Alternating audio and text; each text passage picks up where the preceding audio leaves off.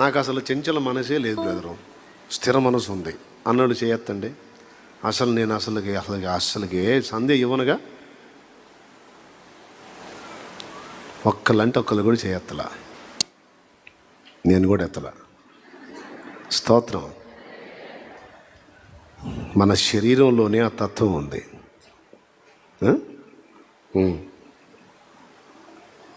జనాలు మనకు తగ్గట్టు ఇంకొక వేషం కూడా ఉంటుంది. మళ్ళీ అందరి శరీరాల్లో ఇదే దరిద్రం ఉంది. అందరూ అదే కంపు పెట్టుకొని పక్కోని దేవులాడుతూ ఉంటారు. అసలు వాళ్ళట్లా, వీళ్ళిట్లా, వీళ్ళట్లా, వాళ్ళిట్లా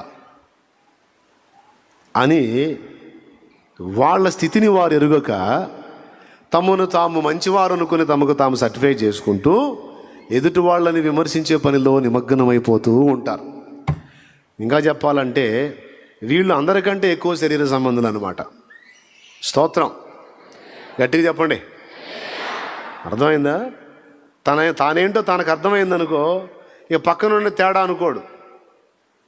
మళ్ళీ చెప్తున్నా, తానేందో తనకు అర్థమైంది అనుకో, నువ్వేందో నీకు అర్థమైంది అనుకో, ఇక వాడు తేడా వీడు తేడా అనవు. ఒకవేళ అలాన్స్ వస్తే జోగారి దగ్గరికి ఎవరో ఒక ఆయన వచ్చాడంట. జోగారి దగ్గరికి లెమన్స్ ఇవాంజలికల్ ఫెలోషిప్ ఉన్న అది నాయకుడు వచ్చి, అయ్యగారు మీకు ఫలానా ఆయన గురించి తెలుసా? ఘోర పాపండి బాబు, మామూలోడు కాదండి, అసలు అట్లా అండి ఇట్లా అండి, వామ్మో అతని చరిత్ర అంతా తెలుసండి నాకు, అదండి ఇదండి అని చెబితే జోగారు కూల్గా అన్నాడంట, అయ్యా ఇతరుల పాపాలు వినేంత పరిశుద్ధుని నేను కాదు. చూడు ఎంత తెలివైన సమాధానం, ఎంత జ్ఞానంగా మాట్లాడతారు. ఇతరుల లోపాలు పాపాలు ఎంచి పంచుకునేంత పరిశుద్ధుడిని నేను కాదు. ఏదో నా పరిశుద్ధత, నీతి, విమోచన, జ్ఞానం ఆ ప్రభు. ఆయనను బట్టేదో నీతిమంతుణ్ణి కానీ, ఆయనను బట్టేదో పరిశుద్ధుణ్ణి కానీ, ఇతరుల పాపులు వాళ్ళ పాపాలు ఇవి, వీళ్ళ పాపాలు ఇవి, వాళ్ళు అట్లా తేడా, వీళ్ళు ఇట్లా తేడా, వాళ్ళ ఇంట్లో వ్యవహారం ఇది, వీళ్ళింట్లో సంగతి అది, వాళ్ళ ఇంట్లో సంగతి ఇది అని వాళ్ళే వినేంత నీతి పరిశుద్ధత నాకు లేదు. ఆ పరీక్ష చేస్తే, ఒకవేళ చేస్తే గీస్తే ఆ ఒక్కడికే ఉంది అవకాశం. ఎవరికి? ఏ పాపము లేని పరిశుద్ధుడికే ఉంది ఆ విధంగా వెతికే ఛాన్స్. అందరి వంటి వాడిని నేను. వీళ్ళే పంచుకున్నంత ఎక్కడుందయ్యా నాకు అంటే కొట్టకనే కొట్టాడు, పగిలింది మొహం అక్కడ. స్తోత్రం. మీకు అర్థం కానట్టుంది. పెద్దోళ్ళు వాళ్ళ మాటలు ఎట్టుంటే చిన్న మాటలాగా ఉంటుంది కానీ పంచు సరిగ్గా ఉంటుంది. అన్నయ్య పెద్దోళ్ళు మాట్లాడితే చిన్న చిన్న మాటలే, వాటిని ఆలోచనలో తీసుకుంటే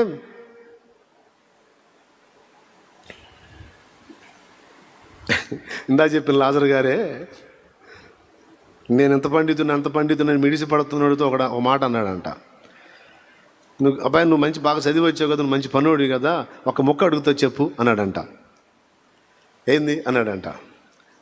అయితే ఏంది చెప్పు అన్నాడంట. స్తోత్రం. హల్లెలూయా. అయితే ఏంది చెప్పు అన్నాడంట. అయితే ఏంది అన్నాడంట. మరి అదే అయితే ఏంది చెప్పు అన్నాడంట. వాడికి ఏం అర్థం కాల. ఏంది నువ్వు అడిగేది, నువ్వు మాట్లాడేది, ప్రశ్న సరిగ్గా అడుగు అన్నాడంట. ప్రశ్న కాదు, అయితే ఏందో చెప్పు అన్నాడంట. వాడికి సౌండ్ లేదు, తెల్లమొఖం వేసుకొని చూస్తున్నాడు. అప్పుడు చెప్పాడు, అయితే పాపం వల్ల వచ్చు జీతం మరణం, దేవుని కృపావరం నిత్య జీవం క్రీస్తు యేసునందు. అయితే నమ్మి బాప్తిసం పొందు వాడు రక్షింపబడును, నమ్మని వానికి శిక్ష విధింపబడును. అయితే అన్న కాడి నుంచి ఎన్నైనా చెప్పుకోవచ్చుగా. స్తోత్రం. ఈ అయితే ఏందో చెప్పంటే అర్థం కాల అవతల. పెద్దోళ్ళ మాటలు అట్లా ఉంటాయి. నేను అందుకే చెవి కోసుకుంటా. పెద్దోళ్ళు అందుబాటులోకి వచ్చినప్పుడు నేను వాగను. కొంతమంది నా దగ్గరికి వస్తారు, నన్ను మాట్లాడిస్తారా, ఇంటర్వ్యూ లేకుండా వాళ్ళే చెబుతూ ఉంటారు. ఇక నేనేం చేస్తా, ఫస్ట్ 2-3 మాటలు అడ్డు తగులుతా, ఏమైనా ఇస్తారేమో అని. ఆహా అమ్మ ఇది ఎట్లా కాదన్నయ్య, దానికి కూడా ఒక విషయం అట్లా ఎట్లా అంటారు. అంటే అది అంటే అది కూడా అన్నయ్య, అది కూడా ఆలోచించాను. సరే చెప్పుకో. ఏమో నా కర్మ పొద్దున్నే దొరికాను, ఇంకా చెప్పుకో. ఈ ఇంటర్వ్యూలో ఉండదు, వాగుతూనే ఉంటారు, నన్నేం చెప్పలేరు. చిరాకు పుట్టి 4-5 సార్లు ట్రై చేస్తా ఎక్కడన్నా సందు దొరికిద్దేమని, పొరపాటును కూడా ఇవ్వరు. అమ్మ కళ్ళు మూసుకు ప్రార్థన చేస్తా ఏ సునామోలో అని దంdan ప్రార్థన చేసి జంప్ ఇక నేను. మరి అన్నీ తెలిసిన దానికి నేను చెప్పేదే ఉంది. పెద్దోళ్ళ మాటలు జాగ్రత్త గమనించాలా, వినాలా. దైవజనుడు ప్రార్థన చేసి ఇంకొక టైప్ వాళ్ళని చూశాను నేను. ప్రార్థన చేస్తుంటావా, అయ్యో ఒళ్ళంత మంటలో కొంచెం ఇదిగా ఉంది, చెయ్యి ప్రభా, ఒళ్ళంతా మంటలు అంటే ఎలర్జీగా ఉందంట ప్రభా సహాయం చేయండి. పెద్ద కోళ్ళు కూడా బాగుంట్లా, ప్రభా పెద్ద కోళ్ళ సంగతి కూడా చూడు ప్రభా అంటే. మనవరాలయో డిగ్రీ అంట చెబుతా ఉంటుంది, నేను చేస్తాం. నాకు అర్థం కాదు, ఇది ఎక్కడ గొడవ. ఇంకేం లేదు, ఇక నన్నేం చేయదు. నేను ఆమె అప్పచెబుతూ ఉంటుంది, నేను అప్పచెబుతూ ఉండాలి. ఇక విచిత్రమైన వాళ్ళు తగులుతుంటారు నాకు. దేవునికి స్తోత్రం. దైవజనుడు చెయ్యి ఉంచినప్పుడు మనం మౌనం అయిపోవాలి. నీ గొడవంతా యేసయ్యకి తెలీదు. ఇక ఆయన నోట నుంచి దేవుడు ఏం పలికిస్తాడో దాన్ని బట్టి ఆమేన్ అనాలి. నేను మాట్లాడగా నా మీద చేతుల నుంచి దైవజనులు ప్రార్థన చేసేటప్పుడు పొర్రపాటును కూడా మాట్లాడను. పక్కనోడు ఎవడన్నా మూలిగినా ఒకటిస్తా. ఎందుకు తెలుసా, ఆ దైవజను నోట నుండి ఏ వాక్కు రిలీజ్ అయిద్దో అదొక వాగ్దానం కావచ్చు, ఒక ప్రవచన వాక్కు కావచ్చు, అది నా జీవితం నెరవేరిద్ది. అందుకే అవి పోగొట్టుకోకుండా వింటూ ఉంటాను ఆ మాటని ప్రార్థన చేసేటప్పుడు. అరే ప్రార్థన చేస్తా ఉంటే వాగుతూనే ఉంటారు. ఇప్పుడు నేను చెప్పిన 3 మొక్కలతో వదిలిపెట్టరు అంటే ఇందుకు ఇప్పుడు పోతే ఇటు దొరకడు. ఇప్పుడే అన్నీ గుర్తు చేసుకొని అన్నీ ఇప్పుడే అడిగేసేయాలి. విశ్వాసం గొప్పదే, కానీ ఇప్పుడు ప్రార్థన చేసేవాడు నడిపి ఆగిపోయిద్దిగా. చివరికి ఏం చేస్తాను తెలుసా, ఇసుగు పుట్టి ఇంక అదే పనికి చెబుతుంది అనుకో, ఏమేం చెప్పాలనుకుందా అవి మొత్తం చేసే ప్రభు అని పోతా. దేవునికి స్తోత్రం కలుగును గాక. హల్లెలూయా. జోగారు అన్నారు, ఇతరుల పాపాలు ఎంచుకొని పంచుకుని ఎంత పరిశుద్ధుడిని నేను.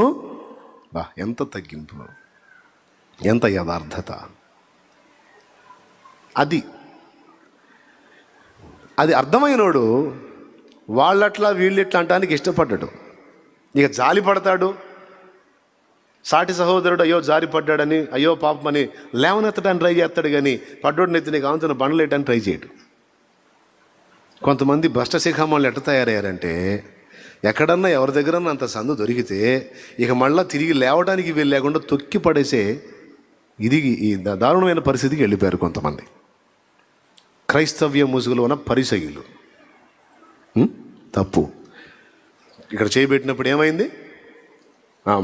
అయితే మొదటిసారి చేయబెట్టినప్పుడు తెల్లని కుష్టు కలిగిందిగా చెయ్యింది. అయితే దేవుడు చెప్పాడు మరలా చేయబెట్టి తీయమన్నాడు. అంత కుష్టుతో నిండిన చెయ్యి నార్మల్ అయిపోయింది. హల్లెలూయా. మొదటిగా మనము పాపులము, అవిధేయులము, ఉగ్రతా సంతానం, ఉగ్రతా పాత్రులము, ఉగ్రతా పుత్రులం. క్రీస్తు యేసు రక్తము చేత మనందరినీ విమోచించి 2వ మెట్టులో మనల్ని మొత్తాన్ని నూతనపరిచి, మీరు దండుకు సావకండ్రా, మీరు అందరూ పాపులే, నీతిమంతుడు లేడు ఒక్కడు లేడని 2 చోట్ల. ఎందుకైనా మంచిది, మనం ఒకసారి చెబితే తినంగా, అందుకని రాయించాడు నీతిమంతుడు లేడో ఒక్కడు లేడు. ఇక మీరు ఓవర్ యాక్షన్ చేయొద్దు, ఒకడి మీద ఒకటి మిడిసిపడొద్దని చెప్పాడు. వింటారా? వాడు తేడా, వీడు తేడా, వాళ్ళు తేడా, వీళ్ళు తేడా అన్నాడంటే వీడేమని చెప్పుకుంటున్నాడు? మీరు చెప్పండి. అతను అట్లా, ఇతను ఎట్లా, వాళ్ళు అట్లా, వీళ్ళు ఎట్లా, వాళ్ళు తేడా, వీళ్ళు తేడా అంటే ఇతను ఏం సర్టిఫై చేసుకుంటున్నాడు? నేను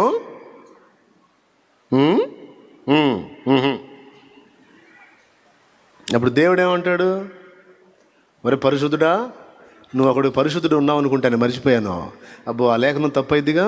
అబ్బాయి నీతిమంతులు లేడు ఒక్కడు లేడు కాదయ్యా, ఒకడు ఉన్నాడు అని రాసుకోండి రా. ఇది ఈడున్నాడుగా. అసలు ఒక మాటలో చెప్పాలంటే యవనసుడు ఒకడు వచ్చాడు.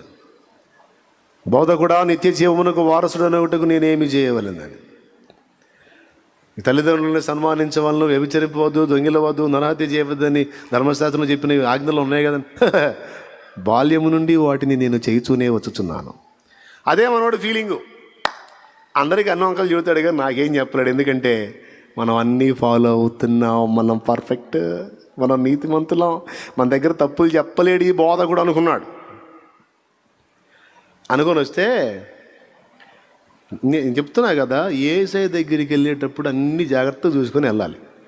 స్తోత్రం. కొడితే గింగరాలు తిరగాల్సిందే, అట్టుంటుంది పంచ్. వీటన్నిటినీ చేయుచున్నావా, అయినను నీకు ఒకటి కొదువుగా ఉందంటాడు. అదేమిటంటే, నీకున్న ధనము నమ్మి బేదలకిమ్ము, నువ్వు వచ్చి నన్ను వెంబడించు. అప్పుడు ఆ యవనస్తుడు ఏం చేసను? వ్యసనపడుచూ వెళ్ళాను. ఎందుకు వ్యసనపడ్డాడు? నా దగ్గర ఏ తప్పు కనుగొనలేడు అనుకొని నేను వస్తే ఒక రంధ్రం వెతికాడే. వెతుకుతాడు ఆయన దగ్గర. మరి ఓవర్ యాక్షన్ చేయకూడదు. ఎవరు? ఏ నరుడు చేయకూడదు. నీతిమంతుడు లేడు.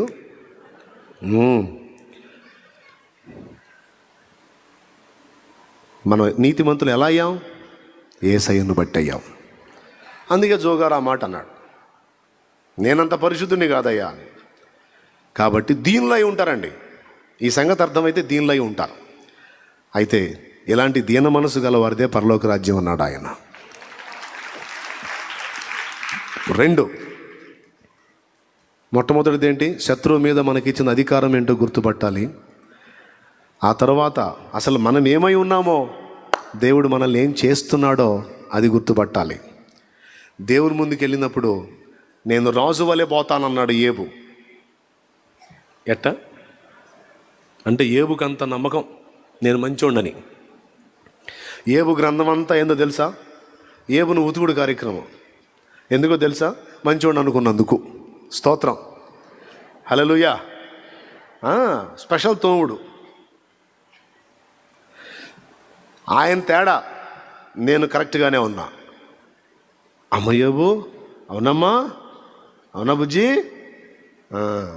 సరే నీ సంగతి చెబుతా. నేను ఆయన సన్నిధికి పోయినప్పుడు రాజు వల్లే ఆయన ఎదుటనే ఉంటానన్నాడు. జడ్జి ముందుకు ముద్దాయిలు పోయినప్పుడు ఎట్టబోతారండి? ఎట్టబోతారా?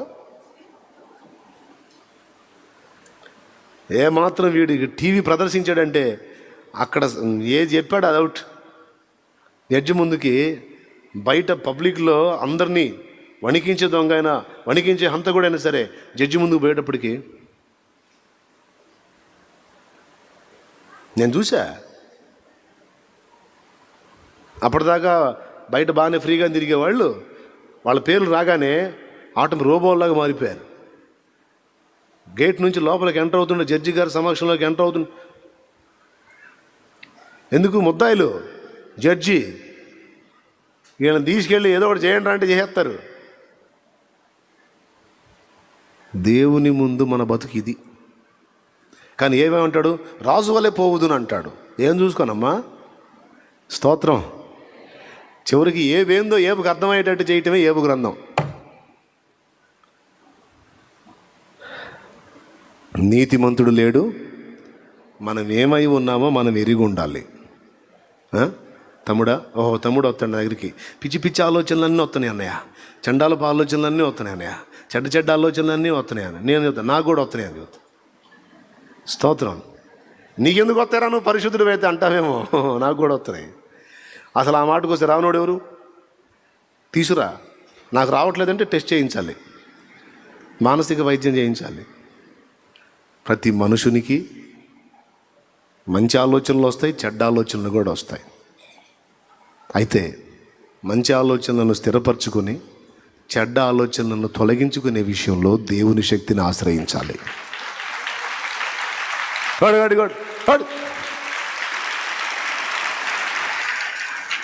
స్తోత్రం. హల్లెలూయా. చాలేమన్నా నీకు కూడా వస్తాయా? మీకు దండం పెడతాను, మీరు ఇంకా ఘోరంగా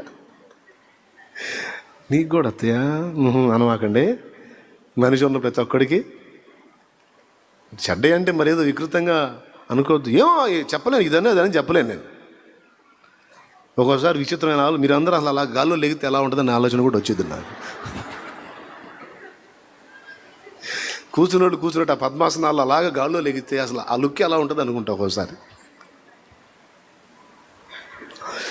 ఇక్కడ కూర్చుని నేను ఇలాగ లెగితే ఎలా ఉంటుందని అనుకుంటాను నేను. అప్పుడు మీ ఫేస్లు ఎలా పెడతారని చూడాలని ఉంటుంది. అటు పెడతారా, ఈ టైంలో పెడతారా, అందరూ క్వశ్చన్ మార్క్ మొఖాల్లో చూపిస్తారు. దేవునికి స్తోత్రం. మనం ఏమై ఉన్నామో మనం ఎరిగి ఉండాలి.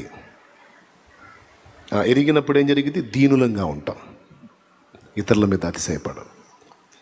ఇతరులను నిందించి మనల్ని మనం నీతిమంతులుగా అనుకుని దేవుని చేత తన్నులు తినలేలా? మళ్ళీ చెప్పేదా? ఇతరులను నిందించి మనల్ని మనం నీతిమంతులుగా సర్టిఫై చేసుకొని దేవుని చేత తన్నులు తిననేలా? ఏవుగు పట్టింది గతి పట్టనేలా? ముందే మనం ఏమై ఉన్నామో దేవుని ముందు చెబితే సరిపోను. ఏమై ఉన్నాం? నేనేమై ఉన్నానో నీ కృప వల్లనే అయి ఉన్నాను. స్తోత్రం. అది. ఇక మూడోది ఏంటి? రెండేమో ఇక్కడే చూపించాడు, ఒకటేమో అక్కడ వాళ్ళ దగ్గరికి పోయినాక చేయమన్నాడు. Praise the lord. హల్లెలూయా. ఐగుప్తు రాజు దగ్గరికి వెళ్తున్నాడు. అక్కడ ఏరుంది, నది నీళ్లు. ఒకవేళ నీ మాట వాళ్ళు లక్ష్య పెట్టకపోతే ఏటి నీళ్లలో కొన్ని దోశలతో తీసి ఆరిన నేల మీద పోయి, పొడి నేల మీద పోయి ఆ నీళ్లు రక్తమవుతాయి అన్నాడు.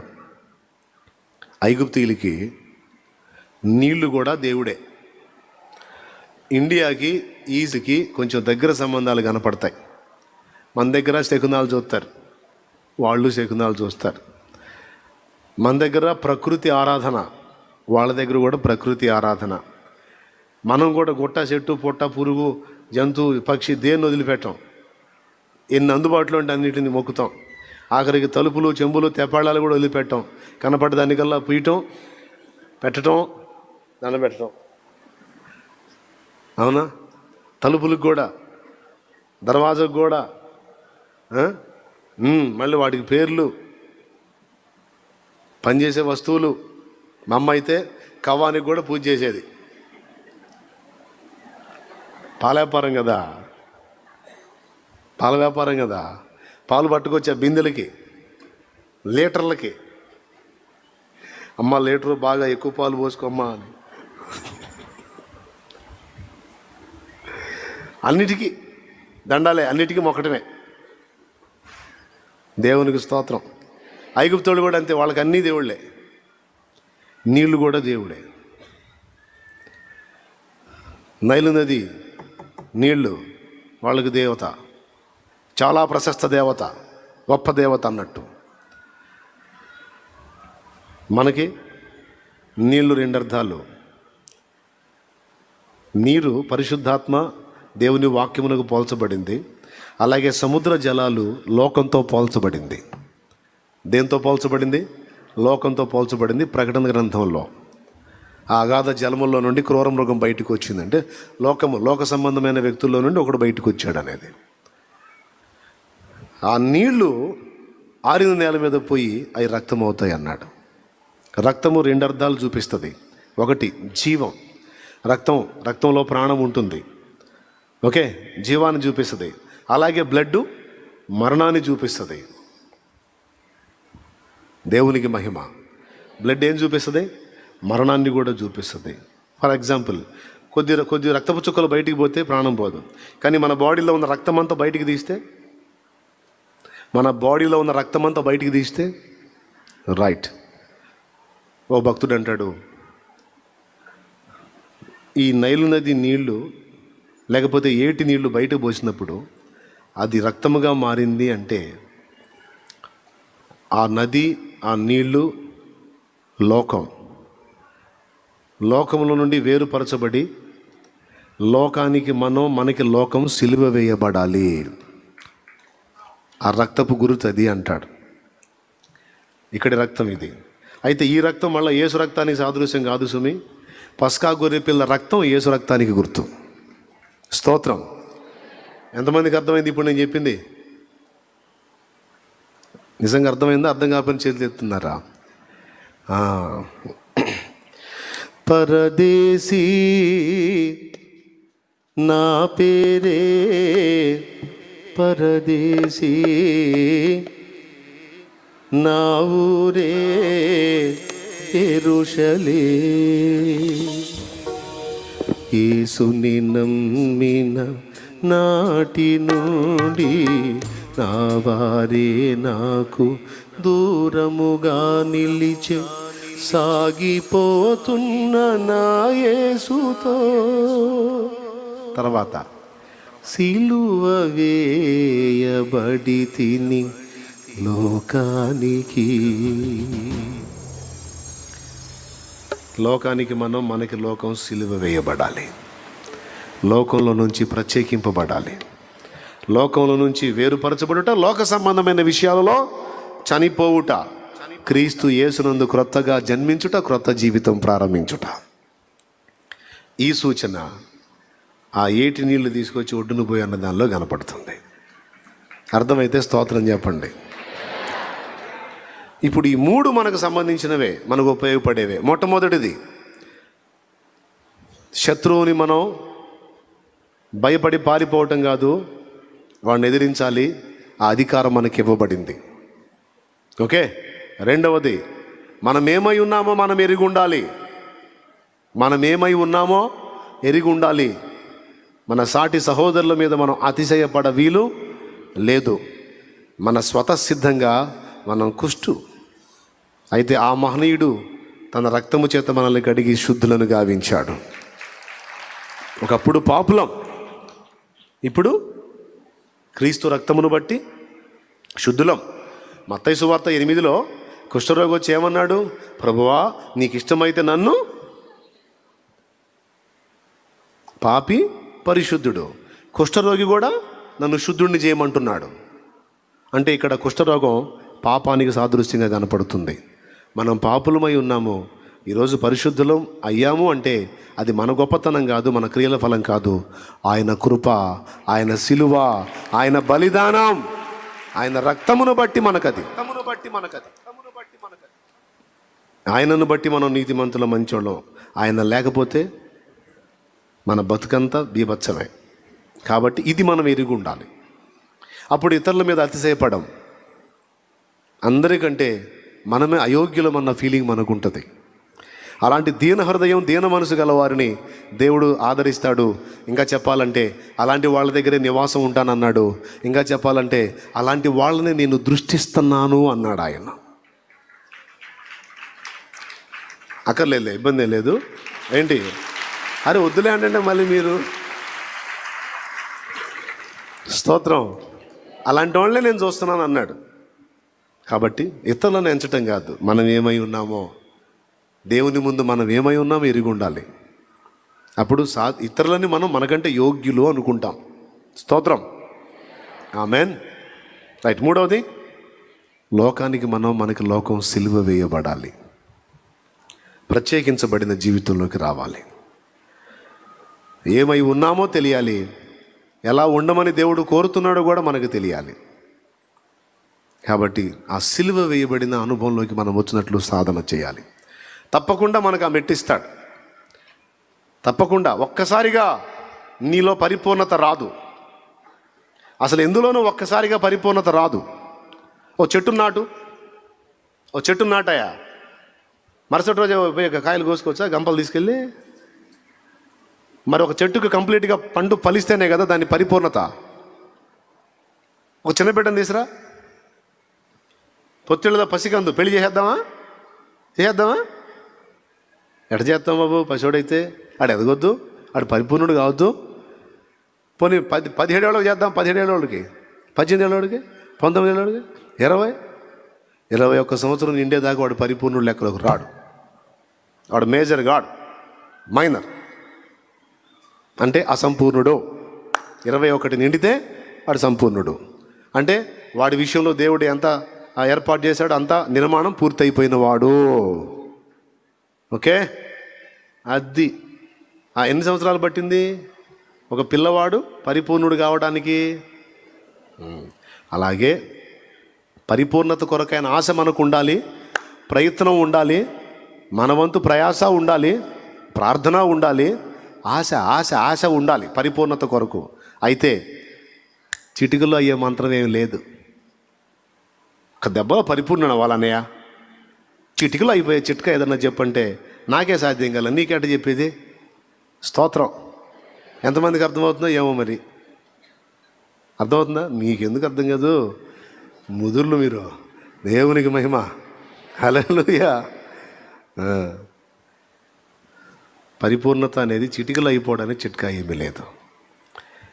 పుట్టిన బిడ్డ ఎదుగుతూ ఎదుగుతూ ఒకనాటికి పరిపూర్ణ దశకు చేరినట్టు క్రొత్తగా జన్మించిన శిశువుల వంటి మనం ఎదుగుతూ ఎదుగుతూ ఎదుగుతూ ఒక కాలఘట్టంకి వచ్చేటప్పటికి ఎక్కడెక్కడ నువ్వు నిలకడ లేకుండా పడిపోతూ వచ్చావు, వాటన్నిటిలో నీకు తెలియకుండానే నిలబడిపోతూ ఉంటావు. ఆశ్చర్యం. చిన్నప్పుడు మనం అసలు ఇటు నుంచి ఇటు పొరిలామా? స్తోత్రం. పొరిలామా? మరి ఇప్పుడు పరిగెత్తుతున్నాం, ఎగబడుతున్నాం, జనాల మీద, భర్త మీద ఎగబడి కొడుతున్నాం. స్తోత్రం. భార్య మీద ఎగబడి కొడుతున్నాం, జుట్టు పీకుతున్నాం, అన్నీ. అవునా?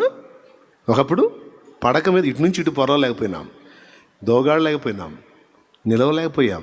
ఎప్పుడన్నా నిలవాలంటే ఏదో ఒక ఆధారం కావాలి. అలాంటి స్థితి క్రమక్రమంగా మారుతూ ఎప్పుడన్నా నీకు ఆలోచన వచ్చిందా, అసలు నేను ఎట్లా పొర్లాను, ఎట్లా కూర్చున్నాను, ఎలా నిలబడ్డాను, ఎలా అడుగులేశాను, అసలు ఇంత నడకలోకి ఎట్లా వచ్చాను నేను అని ఎప్పుడన్నా ఆలోచించావా? నీకు తెలియకుండానే ఆ ఎదుగుదల నీలోకి వచ్చింది. ఆ ఎదుగుదల అనే నిర్మాణాన్ని నీలో పెట్టిన వాడు దేవుడే. లాస్ట్గా ఒక్క వచనం, ఫినిషింగ్ టచ్ ఇచ్చేసి ముగిస్తా. సంతోషంగా స్తోత్రం చెప్పండి, గట్టిగా చెప్పండి. ఇంతమంది ఇంత సంతోషంగా ముగింపును ఆశించినప్పుడు ఇంక నేను మాత్రం ఏం చెప్పేది చెప్పండి. కాబట్టి పేతురు రాసిన మొదటి పత్రిక 5వ అధ్యాయము 10వ వచనం చదివేసేమా, మనం ముగించుకుందాం. తన నిత్య మహిమకు క్రీస్తునందు నిత్య మహిమకు, ఇంటికి పోయి పాడుకోండి, చదువు. తన నిత్య మహిమకు క్రీస్తునందు మిమ్మల్ని పిలిచిన సర్వకృపానిధియగు దేవుడు కొంచెము కాలము మీకు శ్రమపడిన పిమ్మట తానే మిమ్మల్ని పూర్ణులుగా చేసి స్థిరపరచి బలపరచును. అమ్మయ్యా, తానే మిమ్మలను పూర్ణులనుగా చేసి, తానే అంటే నీ వల్ల అయ్యే పని చెప్పు. కాబట్టి పాపాలు చేసుకో అనుకునేరు, కొంపలు అంటుకుపోతాయి. స్తోత్రం చెప్పండి అందరూ. ప్రయత్నం చేయి, నిలబడు, పోరాడు, తప్పించుకో. ప్రార్థనల చేతన, విజ్ఞాపనల చేతన దేవునితో గోజాడు, ఉపవాసముల చేత, జాగరణల చేత బాడీని నలగొట్టు. పొరపాటులో పడే అవకాశం లేకుండా పారిపో. ఆ సన్నివేశాల్లోకి ఎంటర్ అవ్వకుండా నీ వంతు జాగ్రత్తలు నువ్వు తీసుకో. ఇంత జాగ్రత్త పడి కొన్ని తప్పించుకుంటున్నా, కొన్ని చోట్ల నేను చిక్కుతున్నాను అన్నయ్య. కొన్ని విషయాలకి పెద్ద పెద్ద పాపాలేం చేయట్లేదు, కానీ కోపం ఒక్కోసారి ఆపుకోలేకపోతున్నాను అన్నయ్య. నా జీవితం అంతా ఇది వదిలేటట్లేదు, నన్ను ఆవేశం వస్తే చాలు అన్నయ్య, అనుమానం లేకుండా కొట్టేస్తున్నాను. పాపం కొంతమంది యథార్థవంతులైన చెల్లెళ్ళు చెప్పారు నాకు, కొన్నిసార్లు ఆయన్ని కూడా కొడుతున్నాను అన్నయ్య అని. దేవునికి స్తోత్రం కలుగును గాక. ఏం చేయాలా? అతను నాకెళ్ళి దీనంగా చూస్తాను. దుర్మార్గాలు ఎట్ట చెబుతుందో చూడండి. చెల్లి, టెన్షన్ పడద్దు, ఆ బాధ నీలో ఉంది. ప్రయత్నించు. భర్తగా గౌరవించు, విధేయత చూపమన్నాడు, లోబడమన్నాడు, గౌరవించమన్నాడు, సన్మానించమన్నాడు. అలాగే భర్త భార్యను ప్రేమించు. దరువేమని చెప్పలా, ప్రేమించమని చెప్పాడు. సాధ్యమైనంత వరకు ఓర్చుకో, సహించు, భరించు, బలహీన ఘట్టమని ఎంచు. నీ అంత బలవంతురాలు కాదు, బలహీనరాలు. జీవమాను కృపావరంలో నీతో పాటు పాలిభాగస్తురాలు. ఊరికే బలహీనరాలు చిక్కిందని చీటికి మాటికి చేతులేసి బాధవాకు. నువ్వు ఆమె దంతే నిన్ను దన్నేవాడు ఒకడు ఉన్నాడు. దేవునికి స్తోత్రం. హల్లెలూయా. బయటికి డైరెక్ట్గా అనలేకపోయినా మనసులోనైనా ప్రార్థన చేసిద్ది. ఈ ఇంతును కొడుతున్నాడు ప్రభు, వీడి చేతులు ఇరగా ఒక్కసారి ఉన్న చూడు తండ్రి అందంటే నీ జాయింట్లు గోడలు ఆడి దొలుగుతాయి. జాగ్రత్త. జీవమైన కృపావరంలో ఆమె నీతో పాటు పాలి భాగస్థురాలై ఉన్నది గనుక సాధ్యమైనంత ఓర్చుకో, క్షమించు, సహించు, భరించు, ప్రేమించు. నీ వంతు నువ్వు ప్రయత్నం చేయి. ఇంకా ఏది బ్యాలెన్స్ ఉందో అదంతటిని కూడా దేవుడు చెప్తున్నాడు, తానే ప్రభువు తానే మిమ్మల్ని పూర్ణులుగా చేసి స్థిరపరిచి బలపరచును అని పేతురు అన్న చెబుతున్నాడు. మరి నేనైతే ఆయన కోసం ఎదురు చూస్తున్నాను. ఇంకా నాలో ఉన్న లోపములన్నీ చక్కదిద్ది నన్ను సంపూర్ణునిగా చేయయ్యా అని నేనే అడుగుతున్నానంటే మరి మీరు కూడా అడగాల్సిందే. మీ వంతు జాగ్రత్త మీరు తీసుకోవాల్సిందే. షాపులో పోయి కూర్చొని ఎక్కడ లేదా సీసా తెచ్చుకొని పొలాల మీద పోయి కూర్చొని నేను బలహీనుడు బ్రదర్, అయోగ్యుడిని అందరికండి. ఇవాళ శాలేమని ఏం చెప్పాడు? దేవుడు ఒక టైం ఉంటుందంట. పుట్టగానే మనం పెద్దవాళ్ళం కాదంట. ఏంది? పుట్టగానే మనం పెద్దవాళ్ళం కాదంట. ఒక టైం ఉంటుందంట. ఆ టైం వచ్చినప్పుడు ఆయనే మనల్ని పరిపూర్ణం చేస్తాడంట. అప్పుడు దాకా తాగొచ్చంట. స్తోత్రం, హల్లెలూయా అని ఎత్తుకునేరయ్యా, దేవునికి స్తోత్రం. ఎందుకంటే నేను ఏ మాట చెప్పినా దాన్ని ఎటో ఒకటి సందు చేసుకొని మన వాళ్ళకి తెలివిగా మామూలు అందులో తాగబోతాడు ఇంకా తెలివితేటలు ఎక్కువ ఉంటాయి. దేవునికి స్తోత్రం కలుగును గాక, హల్లెలూయా. అట్లా కానీ మళ్ళీ నా పేరే చెప్పి తాగారు. మనం ఇప్పట్లో పెద్దవాళ్ళం కాదంటే చాలా టైం ఉందంట అని. సంవత్సరాల పైన ఒకడు పెద్దోడు కాడు, వాడిని ఏమంటారు? బలహీనుడు అంటారు, రోగి అంటారు. ఒక టైం ఉంటుంది. ఆ టయానికి ఎదుగుదలలోకి రావాలి, తెస్తాడు దేవుడు. మన వంతు ప్రయత్నం, ఆశ, ప్రయాస మన వంతు చూస్తాడు. మన ఆకలి కూడా చూస్తాడు. ఎక్కలేని ఎత్తైన కొండ ఎక్కించమునను అన్న ఆశ ఉండొద్దు. వార్షాప్లో కూర్చొని ఆయన ఎక్కిస్తాడులే, తరే తరే ఆయన ఎక్కిస్తాడులే అంటే లాగుతాడు తాడేసి బార్షాప్లోంచి బయటికి. ఆ లివర్ జబ్బో, ఆ కిడ్నీలు జబ్బో పెట్టి ఆసుపత్రికి తీసుకెళ్తే, ప్రభు ఇప్పుడు నన్ను పరిపూర్ణం చేశాడు అన్నయ్య, అసలు తాగట్లేదుగా. నాకు తెలిసి ఎందుకు తాగట్లేదో, దేవునికి స్తోత్రం. ఇక తాగితే సత్తాడు. అందుకు దేవునికి మహిమ. అది ఆ గతి పట్టక ముందే మారు మనసు పొంది ఎవరికి వాళ్ళు జాగ్రత్తగా ఉండాలి. పాపమునకు జీతము, పాపం వల్ల వచ్చే జీతం ఎప్పటికీ దాంతో చతురు కాదు. స్తోత్రం. సరదాగా నువ్వు టచ్ చేస్తావు, చివరికి అది నిన్ను తిరిగి బలంగా పట్టుకుంటుంది. అందుకని దాని జోలికి పోవద్దు. భద్రంగా ఉన్నావు అలా కొనసాగు, భక్తిలో ఉన్నావు అలా కొనసాగు. ఇంకా దేవునితో ఎక్కువ లోతైన అనుబంధంలోకి వెళ్ళు. దేవుని కొరకు మంచి సాక్ష్యంతో నిలబడి నీతి ప్రవర్తన కలిగి 10 మందికి మాదిరివో. బతికితే అలా బతకాలరా, బతికితే ఆయనలా బతకాలి, బతికితే ఆయనలా బతకాలి అని 10 మందికి ఆదర్శంగా బ్రతకడానికి ట్రై చేయి. చనిపోయిన తర్వాత టెంట్ కింద బాక్సులో మనల్ని బొబ్బో పెడితే 10 మందికి వార్త తెలిస్తే ఫలానోడు పోయాడా, పోకెందుకు అట్టంటాడు, వేస్ట్ కాదు అనే బతకూడదు. అరే అవునా, అమ్మో ఎంత మంచి మనిషిరా బాబు అని పరిగెత్తేటట్టు నీ దగ్గరకు వచ్చి నీ దగ్గర నిలిచి, ఇతని వల్ల నేను నా జీవితంలో బాగుపడ్డాను, ఈమె వల్ల నా జీవితం దీవించబడింది, ఈమె నాకు మాదిరి ఇచ్చింది, ప్రభువుని పరిచయం చేసింది, ఈయన నాకు మాదిరిగా ఉన్నాడు, ప్రభువుని పరిచయం చేశాడు అని నిన్ను తలంచుకుని 2 కన్నీటి చుక్కలు రాల్చేటువంటి ధన్యకరమైన జీవితం నువ్వు నేను జీవించాలి. ఇది దేవుని కోరికే. ప్రార్థన చేద్దాం రండి. ఓ మంచి తీర్మానానికి వద్దాం. 3 సంగతులు. దేవుడు నీకు ఇచ్చిన అధికారాన్ని గుర్తించు. శత్రువుకు భయపడటం కాదు, వాడి మీద నీకు జయం ఉంది. శత్రు బలమంతటి మీద నీకు జయం ఇచ్చాడు. 2వది, నీవేమై ఉన్నావో నీ స్థితి ఏమిటో గుర్తెరుగు, ఎవరి మీద అతిశయపడద్దు. 3వది, లోకానికి వేరుపరచబడి క్రీస్తు సాక్షిగా క్రీస్తు కొరకు ప్రత్యేకింపబడిన జీవితాన్ని కలిగి ఉండు. క్రీస్తు కొరకు ప్రత్యేకింపబడిన జీవితాన్ని జీవించడానికి నీ వంతు నువ్వు కృషి చేయి. ప్రభు తానే నిన్ను పరిపూర్ణునిగా చేసి స్థిరపరిచి బలపరుస్తాడు. క్రీస్తు కొరకు నేను ప్రత్యేకింపబడాలనుకుంటున్నాను, లోకమునకు సిలువ వేయబడి నిత్య జీవానికి వారసుని కాగోరుతున్నాను, నా కోసం, నా రక్షణ కోసం ప్రాణం పెట్టిన నా ప్రాణప్రియుని రక్తములో నా ప్రతి పాపము కడిగేసుకొని పరిశుద్ధపరచబడాలనుకుంటున్నానన్నా, నా రక్షణ కోసం ప్రార్థన చేయన్నా, నా బాప్తిస్మం కోసం ప్రార్థన చేయన్నా, నేను ఇంకా బాప్తిస్మం పొందలేదు పొందుతానన్నా అన్నోళ్ళు మీ కుడి చేతిని చూపండి. నీ బాప్తిస్మం కోసం నేను ప్రార్థన చేస్తా. ఎవరైతే రక్షణ పొందలేదో, ఆ రక్షణ అనుభవంలో నీకు ఇంకా రానటువంటి వాళ్ళు, అన్నా నేను ఇంకా బాప్తిస్మం పొందలేదన్నా, నేను క్రీస్తు కొరకు ప్రత్యేకింపబడి నూతన సృష్టిగా జీవించాలనుకుంటున్నాను, నా బాప్తిస్మం కోసం ప్రార్థన చేయండి. అనేక మంది చేతులెత్తి చూపిస్తా ఉన్నారు. చేతులెత్తిన వారికి ఒక ఆహ్వానం. ఒకవేళ నువ్వు నిజంగా తీర్మానం చేసుకుని ప్రభు ఇచ్చే రక్షణ పొంది క్రీస్తు కొరకు సాక్షిగా బ్రతకాలనుకుంటే, లోకము నుండి వేరుపరచబడి నా వలె, నా సహోదరి సహోదరుల వలె క్రీస్తు కొరకు ప్రత్యేకింపబడిన జీవితం కావాలనుకుంటే, ఇదే అనుకూల సమయం, నేడే రక్షణ దినం.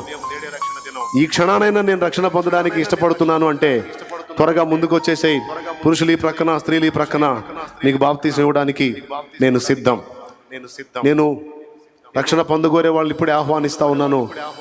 ఈ క్షణాన్ని ఇచ్చిన నేను తీసుకుంటానన్నా, నేను ప్రత్యేకింపబడాలి, నేను క్రీస్తు కొరకు బ్రతకాలనుకుంటున్నాను అన్నోళ్ళు మీరు ఎవరైతే ఉన్నారు వచ్చేసేనా, నీ పక్కకు వచ్చేసేయి.